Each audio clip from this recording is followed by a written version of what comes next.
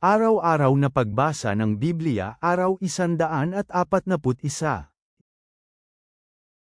Lumang Tipan. Unang Samuel Kapitulo 8, Unang Samuel Kapitulo 9, Unang Samuel Kapitulo 10, versikulo 1 hanggang 8. Bagong Tipan. John 12 minuto pasado alas 12:26.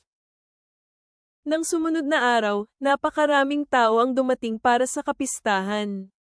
Nang kanilang marinig na si Jesus ay darating sa Jerusalem, kumuha sila ng mga sanga sa mga puno ng palma, at lumabas upang salubungin siya at sumigaw, "Hosana!" Pinagpala siya na pumaparito sa pangalan ng Panginoon, ang Hari ng Israel.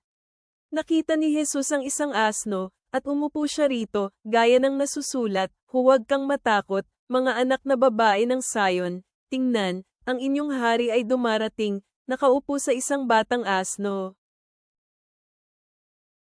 Hindi naunawaan ng kanyang mga alagad ang mga ito sa simula, ngunit nang maluwalhati na si Jesus, naalala nila na ang mga bagay na ito ay nasulat patungkol sa kanya at na ginawa nila sa kanya ang mga bagay na ito ay. Ngayon ang maraming mga tao na nakasama ni Jesus nang tawagin niya si Lazarus palabas sa libingan at binuhay mula sa mga patay, ay nagpatutuo sa iba. Ito rin ang dahilan kung bakit ang mga tao ay lumabas upang salubungin siya, dahil narinig nilang ginawa niya ang tandang ito. Kaya nagsabi ang mga Pariso sa isa't isa, "Tingnan ninyo, wala kayong magagawa, tingnan ninyo, ang sanlibutan ay sumusunod sa kanya." Ngayon, may ilang mga Griego na kasama nilang umakyat upang sumamba sa kapistahan. Lumapit sila kay Felipe na mula sa Betsaida ng Galilea, at tinanong siya na nagsasabi, "Ginoo, nais naming makita si Jesus." Pumunta si Felipe at sinabi kay Andres, si Andres ay pumunta kasama si Felipe, at sinabi nila kay Jesus. Sinagot sila ni Jesus at sinabi, "Ang oras ay dumating na upang ang anak ng tao ay luwalhatiin.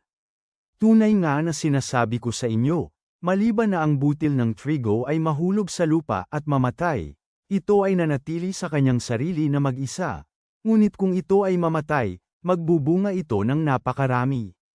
Ang nagmamahal sa kanyang buhay ay mawawalan nito. Subalit ang namumuhi sa kanyang buhay sa mundong ito ay mapapanatili ito para sa walang hanggang buhay." Kung sino man ang maglingkod sa akin, sumunod siya sa akin, at kung saan ako naroroon, ang aking lingkod ay naroon din. Kung sino man ang maglingkod sa akin, pararangalan siya ng Ama. Mga awit, Psalm 65 is the 1-13. Ama naming nasa langit, kami ay lumalapit sa iyo na puno ng pasasalamat ang aming mga puso dahil sa iyong gabay at pagkakaloob.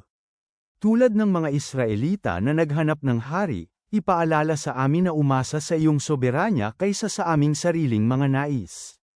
Gayon din, tulad ng pagtanggap ni Jesus sa kanyang landas tungo sa kaluwalhatian sa pamamagitan ng kababang loob at sakripisyo, tulungan mo kaming sundin ang kanyang halimbawa sa aming pang-araw-araw na buhay, na naglilingkod sa iba ng may pag-ibig.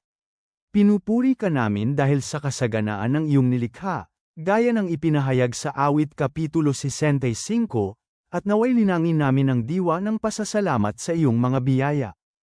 Naway hubugin ng iyong pag-ibig ang aming mga iniisip at gawa. Amen.